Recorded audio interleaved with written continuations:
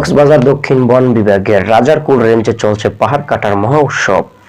মোহাম্মদ রায়হানের পাঠানো তথ্যচিত্রে desk report.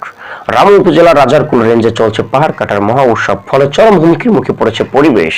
সরজমিনে গিয়ে দেখা যায় রাজারকুল রেঞ্জ এর অধীনে দরিয়ার দিঘি বিটের কয়েকশো গজ দূরে একটি বিশাল পাহাড় কেটে ঘর নির্মাণ করেছে সায়েদ নামে এক ব্যক্তি। ওই পাহাড়ের বিট কর্মকর্তা গিয়ে বাধা দিয়ে চলে আসে। বর্তমানে ওই ঘরে অনেকেই বসবাস করে যাচ্ছে।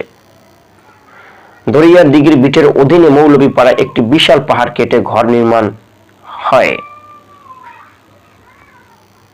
এদিকে দরিয়ার দিঘির বিটের অধীনে কালোর দোকান এলাকায় ও কম্বোনিয়া ভেতরে পাহাড় কেটে ঘর নির্মাণ করা হয়েছে একটি পাকা দালান। সেই ঘরের মালিক নূর আহমদ। মৌলভীপাড়া এলাকায় যাওয়ার রাস্তার পাশে একটি অবৈধ করাত কল বসানো হয়। বন নীতিমালা অনুযায়ী বনাঞ্চলের 10 কিলোমিটার সীমানার মধ্যে করাত কল সমিল করা নিষেধাজ্ঞা থাকলেও তা মানা হচ্ছে না। অনুসন্ধানে জানা যায়, রামু রাজারকুল রেঞ্জের অধীনে লাইসেন্সবিহীন অর্ধশতাধিক সমিল দিবারাত্রি চেরাই হচ্ছে কোটি কোটি টাকার। চোরাই কাঠ হলেও দেখার কেউ নেই। যেভাবে পাহাড় ও বনের গাছ কাটা হচ্ছে, তাতে অচিরেই এতদ অঞ্চল বৃক্ষশূন্য হয়ে পড়বে বলে আশঙ্কা করেছে পরিবেশবিদগণরা।